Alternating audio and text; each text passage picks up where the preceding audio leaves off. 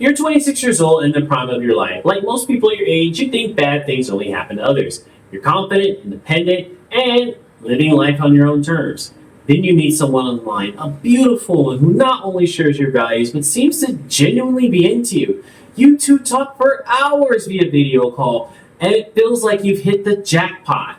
But there's a catch. She lives in Subico, Zamboanga del Norte, a high-risk area in the island of Mindanao in the Philippines, which is classified by the U.S. State Department as Level 4 or Do Not Travel. This isn't a suggestion. It's the strongest warning they issue, citing terrorism, crime, silver unrest, and kidnapping. The State Department also emphasizes that in high-risk zones, their ability to assist U.S. citizens is real non-existent. You read this and you think, well, sure it's dangerous, but nothing bad will happen to me after all. If something does go wrong, Uncle Sam will have my back. After literally days of traveling, you're greeted by a gorgeous young woman with a beautiful, heart-melting smile. And what's better is you two get along really well. You're so happy you took the risk, you don't waste any time. Her father accepts you because he thinks you're rich, and you two get married. Then the trouble starts. You begin to run out of cash, and her family realizes you weren't as rich as they thought. People in the house start to grumble, and you realize your dream life is coming to an end. You have to do something. You try being a vlogger, but like most beginners, your vlogs suck, and you're not making any money. Then you hear about a lending scheme. You lend money at exorbitant interest rates and bug people every week for payment. Things start to get a little better at home. You're bringing in money to the house again, so her family loves you again. Until there are grumblings in the community about you. They never really wanted you there in the first place. The local men were jealous of you and saw you as a threat, but they were willing to tolerate you because you brought in money. But once you started doing what they felt was extortion, it was time for you to go. First, the barangay captain suggested you leave. His politeness masks the gravity of the situation. Then the mayor asks you to leave. When you walk around the area, you hear sneers and grumbles and realize this is serious. But you love your wife. She says she doesn't want to leave with you, which should have been a clue. So despite all the warnings from the US government and Philippine officials, you overstay your welcome. You figure maybe they'll kidnap you, but the US will send in Navy SEALs, sliding down ropes and guns blazing to come to the rescue. One night, men posing as policemen come bursting into your home. You try to escape, but they shoot you in the leg. You bleed out, and sadly, you cross the finish line of your life that night. The sad part is, even if you had survived, there were never going to be Navy SEALs coming in to the rescue, because that would have been a violation of Philippine sovereignty.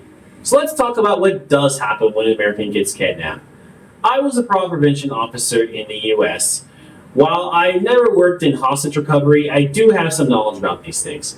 By the way, if you need a visa to the United States, either for yourself or your partner, I can help you with that. I'm a former fraud prevention officer who specializes in tourist, student, and relationships visas to the US. So if you're interested, check me out at busybodivisa.com. Here's what happens when an American gets kidnapped abroad.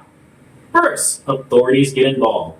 The U.S. Embassy is notified, and the FBI's Hostage Recovery Fusion Cell, or HRFC, steps in. The HRFC is a multi-agency task force created in 2015 to coordinate the U.S. government's response to hostage situations. It operates under the FBI's leadership and works closely with the U.S. Embassy, the CIA, and the Department of Defense. But I don't want to make it sound like there's like top brass commandos who are meeting in the situation rooms coordinating a rescue. That only happens in high-profile cases or if the kidnappee is politically connected. They call the family to provide guidance, and by guidance I mean they tell them not to say anything and inform them that they could be prosecuted if they pay ransom. 2. No military rescue.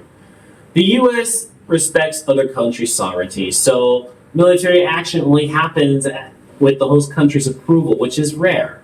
The last time I remember the U.S. going in without approval was to capture Osama bin Laden, which obviously was a special circumstance. So no, there are no Navy SEALs on standby waiting to rescue you because you overstayed your welcome. 3. Negotiation, not ransom. The U.S. has a strict no ransom policy, even stricter than other developed countries which do pay ransom, just not directly. If your family wants to pay a ransom, they're on their own, and they can actually be prosecuted under 18 U.S. Code Section 2338B, which prohibits providing material support or resources to terrorists. It may seem harsh, but the U.S. just doesn't feel that American taxpayers should fund terrorism. Go figure. 4. Most importantly, what many Americans traveling or living abroad need to realize is that the U.S. has zero jurisdiction in another country. If you break local laws and customs, you're pretty much on your own. The U.S. Embassy has a list of lawyers you can hire at your own expense, but that's pretty much it. Lastly, all kidnapping victims are not treated equally. Someone who repeatedly ignored warnings not to go to a certain place and failed to heed additional warnings to leave, not to mention was extorting locals for money, isn't going to get as much sympathy from the government as a family of 4 who's minding their own business at an all-inclusive resort and suddenly gets kidnapped by thugs. So I hope this video sheds some light on what happens to Americans who get kidnapped abroad. Don't worry, it happens very rarely, but just understand that when you are traveling abroad, you're really largely on your own. Alright, you have a great day. God bless.